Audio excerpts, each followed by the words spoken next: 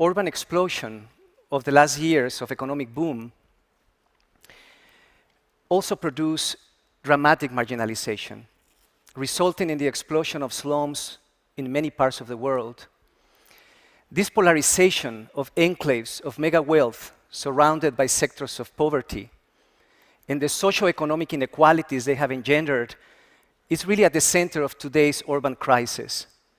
But I want to begin tonight by suggesting that this urban crisis is not only economic or environmental, it's particularly a cultural crisis, a crisis of the institutions, unable to reimagine the stupid ways by which we have been growing, unable to challenge the oil-hungry, selfish urbanization that have perpetuated cities based on consumption, from Southern California to New York to Dubai. So I just really want to share with you a reflection that the future of cities today depends less on buildings, and in fact depends more on the fundamental reorganization of socioeconomic relations. That the best ideas in the shaping of that city in the future will not come from enclaves of economic power and abundance, but in fact from sectors of conflict and scarcity, from which an urgent imagination can really inspire us to rethink urban growth today. And let me illustrate what I mean by understanding or engaging sites of conflict as harboring creativity, as I briefly introduce you to the Tijuana-San Diego border region, which has been the laboratory to rethink my practice as an architect. This is the wall, the border wall, that separates San Diego and Tijuana, Latin America and the United States, a physical emblem of exclusionary planning policies that have perpetuated the division of communities, jurisdictions, and resources across the world. In this border region, we find some of the wealthiest real estate, as the one found in the edges of San Diego, barely 20 minutes away from some of the poorest settlements in Latin America. And while these two cities have the same population, San Diego has grown 6 times larger than Tijuana in the last decades, immediately thrusting us to confront the tensions and conflicts between sprawl and density, which are at the center of today's discussion about environmental sustainability. So I've been arguing in the last years that in fact the slums of Tijuana can teach a lot to the sprawls of San Diego when it comes to socioeconomic sustainability, that we should pay attention and learn from the many migrant communities on both sides of this border wall so that we can translate their informal processes of urbanization. What do I mean by the informal in this case? I'm really just talking about the compendium of social practices of adaptation that enable many of these migrant communities to transgress imposed political and economic recipes of urbanization.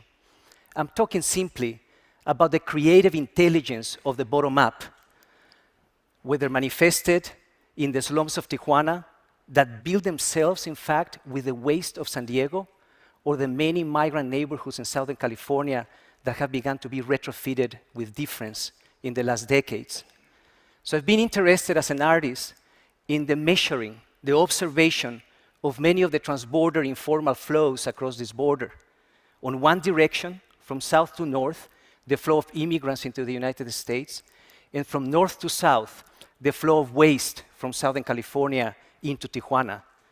I'm referring to the recycling of these old post-war bungalows that Mexican contractors bring to the border as American developers are disposing of them in the process of building a more inflated version of suburbia in the last decades. So these are houses waiting to cross the border. Not only people cross the border here, but entire chunks of one city move to the next. And when these houses are placed on top of these steel frames, they leave the first floor to become the second, to be infilled with more house, with a small business. This layering of spaces and economies is very interesting to notice. But not only houses, also small debris from one city, from San Diego to Tijuana. Probably a lot of you have seen the rubber tires that are used in the slums to build retaining walls. But look at what people have done here in conditions of socio-economic emergency. They have figured out how to peel off the tire, how to thread it and interlock it to construct a more efficient retaining wall. Or the garage doors that are brought from San Diego in trucks to become the new skin of emergency housing in many of these slums surrounding the edges of Tijuana. So while as an architect, this is a very compelling thing to witness, this creative intelligence, I also want to keep myself in check. I don't want to romanticize poverty. I just want to suggest that this informal urbanization is not just the image of precariousness, that informality here, the informal, is really a set of socio-economic and political procedures that we could translate as artists. That this is about a bottom-up urbanization that performs. See, here, buildings are not important just for their looks, but in fact they are important for what they can do. They truly perform as they transform through time and as communities negotiate the spaces and boundaries and resources. So while waste flows southbound, people go north in search of dollars. And most of my research has had to do with the impact of immigration in the alteration of the homogeneity of many neighborhoods in the United States, particularly in San Diego. And I'm talking about how this begins to suggest that the future of Southern California depends on the retrofitting of the large urbanization in steroids with the small programs, social and economic. I'm referring to how immigrants, when they come to these neighborhoods, they begin to alter the one-dimensionality of parcels and properties into more socially and economically complex systems. As they begin to plug an informal economy into a garage, or as they build an illegal granny flat to support an extended family.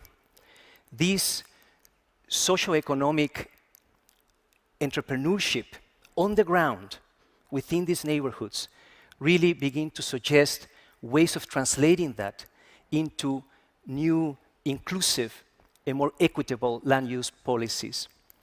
So many stories emerge from these dynamics of alteration of space, such as the informal Buddha, which tells the story of a small house that saved itself. It did not travel to Mexico, but it was retrofitted in the end into a Buddhist temple.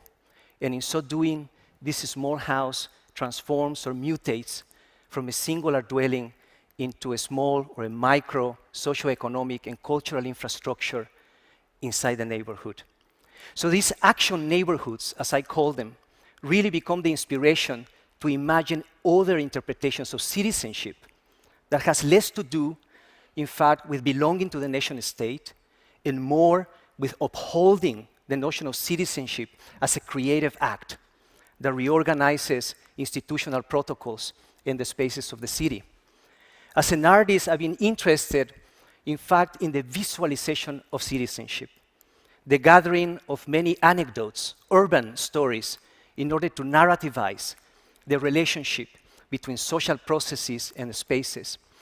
This is a story of a group of teenagers that one night, a few months ago, decided to invade this space under the freeway to begin constructing their own skateboard park.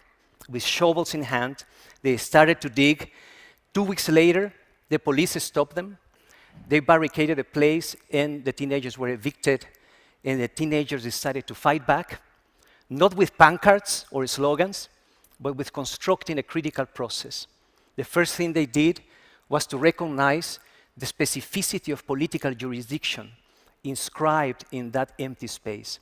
They found out that they had been lucky because they had not begun to dig on their Caltrans territory. Caltrans is the state agency that governs the freeway, so it would have been very difficult to negotiate with them. They were lucky, they said, because they began to dig under an arm of the freeway that belongs to the local municipality. They were also lucky, they said, because they began to dig in a sort of Bermuda Triangle of jurisdiction between Port Authority, Airport Authority, 2 city districts, and a review board. All these red lines are the invisible political institutions that were inscribed in that leftover empty space. With this knowledge, these teenagers, as skaters, confronted the city. They came to the city attorney's office. The city attorney told them that in order to continue the negotiation, they had to become an NGO. And of course, they didn't know what an NGO was. They had to talk to their friends in Seattle who had gone through the same experience. And they began to realize the necessity to organize themselves even deeper and began to fundraise, to organize budgets, to really be aware of all the knowledge embedded in the urban code in San Diego, so that they could begin to redefine the very meaning of public space in the city, expanding it to other categories. At the end, the teenagers won the case with that evidence, and they were able to construct their skateboard park under that freeway. Now, for many of you, this story might seem trivial or naive. For me, as an architect, it has become a fundamental narrative because it begins to teach me that this micro-community not only designed another category of public space, but they also designed the socioeconomic protocols that were necessary to be inscribed in that space for this long-term sustainability. They also taught me that similar to the migrant communities on both sides of the border, they engaged conflict itself as a creative tool because they had to produce a process that enabled them to reorganize resources and the politics of the city. And that act, that informal, bottom-up act of transgression, really began to trickle up to transform top-down policy. Now, this journey from the bottom-up to the transformation of the top-down is where I find hope today. And I'm thinking of how these modest alterations with the space and with policy in many cities in the world, and primarily the urgency of a collective imagination as these communities reimagine their own forms of governance, social organization, and infrastructure, really is at the center of the new formation of democratic politics of the urban. It is, in fact, this what could become the framework for producing new social and economic justice in the city. I want to say this and emphasize it because this is the only way I see that can enable us to move from urbanizations of consumption to neighborhoods of production today. Thank you.